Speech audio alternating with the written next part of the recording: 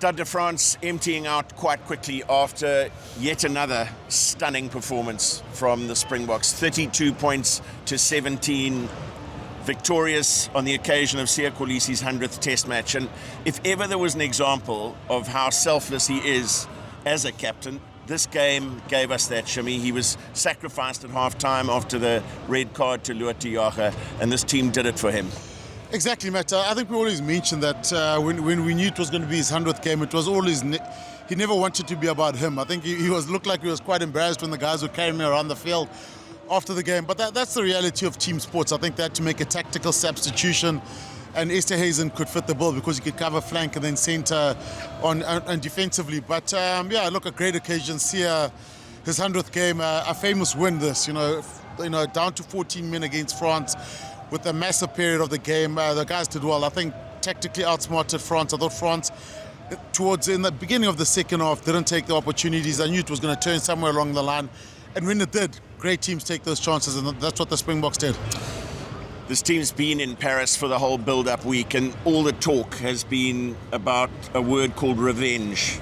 And France very upset with the quarterfinal loss. As you can imagine, they felt that they were dealt an injustice.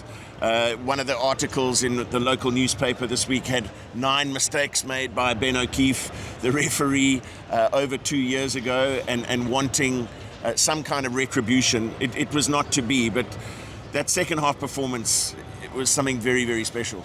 Yeah, Matt, it was. And you go back to the World Cup. I think France, somewhere along the line, you've got to give a team credit and accept that, listen here, on that day in a World Cup match, you were not good enough to win at home.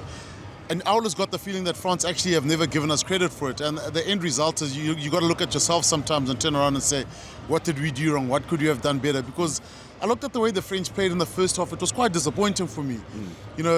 Try and maul everything, take simple options, then pick and drive, go around the corner, kick. I mean, that almost put the crowd to sleep. Second half, 20 minutes, they started getting a bit of width forward, started passing a bit, offloading, a bit of continuity, a bit of champagne rugby, what the French are known for. And it looked a lot better, but I must give it to the Springboks. After Esterhuizen went, there was no panic. There's experience. The way we knew we had a strong scrum, we put our strong scrummers on. With Esterhuizen coming into the backs there, we kicked a bit, got more territory, so they kicked back. We got counter-attacking opportunities, changing Mani and Sasha around. So a squad performance from the Springbok team. One of the great performances from France, considering, the context of this game. It's great. And what can France say now? Nothing. They can say absolutely nothing now. Let's talk a little bit about the red card, because it felt as though Angus Gardner was almost trying to refer it as an on-field yellow, go to the bunker, possibly a 20-minute red. But after discussion with his assistants and the TMO, they decided for the permanent red. And in commentary, we were talking about it. We felt that maybe had he wrapped the arm, it may have been the 20-minute red. Yeah, I thought initially it's going to go to the bunker purely because the mitigation was the height, but then you look at the force it was hit with. But the reality is quite low, and if you look at the situation, it was a counter-attack, a big guy running up, Esterhuizen trying to make a big hit. So I thought initially should have probably gone to the bunker, and then they would have made a decision from then on. Let's talk about Siya again. We did discuss him during the week. He didn't want a lot of fanfare around his 100th. And interestingly, his 50th Test match was the World Cup final in Japan, where again, he didn't want any attention on him personally. But Rassie Erasmus said to him at half-time, Siya spoke about it after the game, he said, this is when this team is going to do this for you. You've got to make the sacrifice here because we have to get Ruan Nokia on. A special day. Yeah, a special day. Look, it goes on about Siya's leadership. It's the team is more important than the individual. It was never about individual accolades. There's going to be a couple more players getting the 100th also, and it might be their chance, to do something like that. But if the leader does it, everyone else can. And it's a great example. The fact that he can sacrifice his own personal. Celebration of success for the needs of the team and the country. That's exactly what you want. And this is a great lesson, I thought. I felt sorry for him. I felt sorry for him, the fact that he was the guy that had to get taken off. But it happens with red cards. And you saw him afterwards still celebrating, happy that the team won and they did it for him. Yeah. And it's hard. You have 14 men in a test match for that long. And to get the result. And at one stage, it looked like we could have got another try. It could have been 37. Yeah. So a great test, a great week for Springbok rugby. so much about revenge. There's retribution, but also now maybe we can get a bit more respect. Well, hopefully. Andre Esterhuizen denied a maul try by a TMO intervention against Japan at Wembley last week after his teammates had swamped all around him. It was chalked off. He did get a try coming around the corner, but he now officially has a maul try in a test match. It's in the record books. Yeah, you used to Malcolm Marks or Kwaka, or one of the loose forwards coming up. Then it's Andre Esterhuizen. We got to get used to him scoring more of those tries. But exactly, it's been a project that they've tried the whole year. Today it worked very well. It was needed. But you look at the Springbok performances. Everyone played well.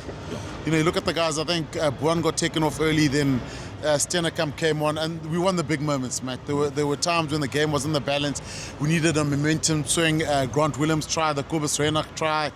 Ches and Kobe, I thought at the end might be able to dance around and maybe get us one just to wrap it up or to shut it down in style. But a good performance from the Springboks. They'll take a lot of confidence from this. Italy next week, and then the next big one is Ireland. Yeah, just to stay on Esterhuizen for a moment, if ever there was proof of how incredibly powerful his hybrid contribution is to this team, we saw it tonight because he scrummed, he mauled, but when Damien Delendi was not there, he was trucking it up in the midfield. Yeah, exactly, and he did it pretty well. And you look at the context, you look at World Rugby and how it's working.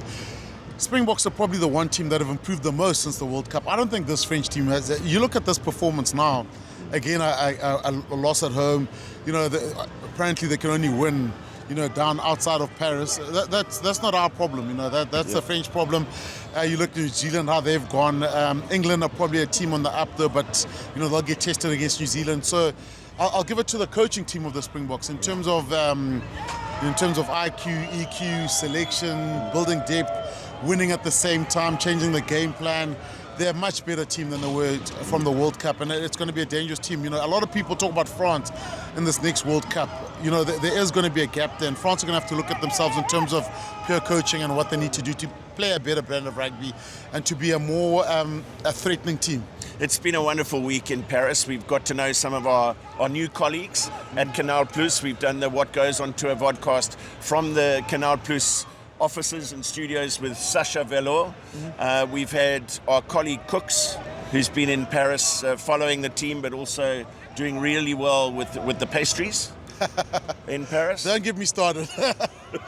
His performance at breakfast at the buffet has been good. Look, France is a dangerous place. You come here, they wear your luggage, they end up wearing you when you go back because you eat so much. But it's wonderful restaurants, good wine. The people extremely friendly. The Canal Plus crowd that we got to meet, extremely friendly, welcoming. And I've always said that if you work in sports, you got to be passionate about sports, and that's what you get, and that's what filters through everybody. So it was good fun. Cooks, we're gonna have to handcuff him to a treadmill when we get back home. And make sure he loses weight. But it was good fun. The whole crew had quite a big crew from SuperSport. It was a good experience, and we'll enjoy tonight.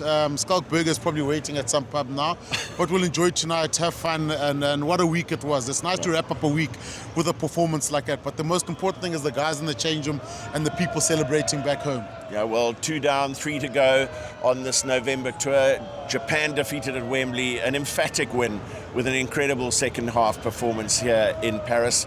And the Springboks go on to play against Italy next week, then on to Ireland in Dublin, which looms large, and then finishing off the tour in Wales on the 29th of November in Cardiff. So it's been wonderful to be in Paris for the build-up to this test match, all the emotion around it, Siya Kolisi's 100th test. And we'll be following the Springboks for the rest of their tour. Stay with us on the What Goes on Tour vodcast. Keep your comments coming. Send it around, send the link on YouTube if you can. And we look forward to speaking to you again from Italy.